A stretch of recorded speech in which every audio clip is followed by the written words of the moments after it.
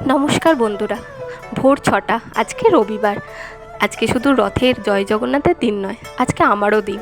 আজকে সকাল সকাল আমাকে প্রত্যেক রবিবারই উঠতে হয় একটা বিশেষ জায়গায় যাওয়ার জন্য। গত দুদিন ধরে খুব জ্বরে ভুগছিলাম, তাই ঘরদোর একদম এলোমেলো ছিল।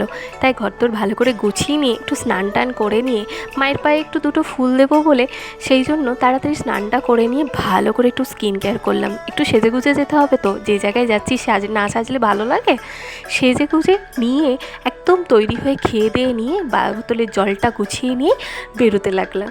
বেরিয়েই প্রথমেই চোখে পড়লো গাছের কাছে সাদা সাদা ফুল ফুটে আছে। দুটো ফুল নিলাম, মায়ের পায়ে দিতে হবে, রথযাত্রা বলে কথা।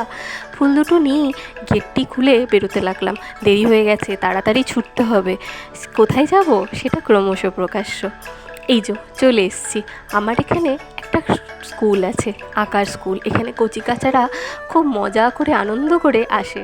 এই যে চলে এলাম, এসেই প্রথমেই ফুলগুলো মায়ের পায়ে দিয়ে দিলাম। কি জানি যদি ভুলে যাই, তাই জন্য আগেই ফুলগুলো দিয়ে সমস্ত কিছু গুছিয়ে রাখলাম।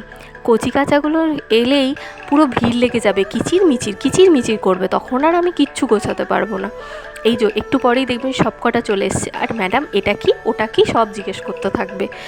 এই দেখুন আমার কচিকাচাগুলো এসে গেছে, মন দিয়ে আঁকা শেখাচ্ছে ওদেরকে।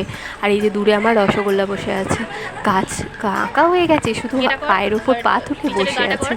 আর একটা পড়াই সন্ধেবেলাতে আমার 3জন স্টুডেন্ট আছে, কিন্তু আরও স্টুডেন্ট আছে, সব রথে ব্যস্ত, মন দিয়ে আঁকছে, কোনো দিকে যেন নজর না যায়।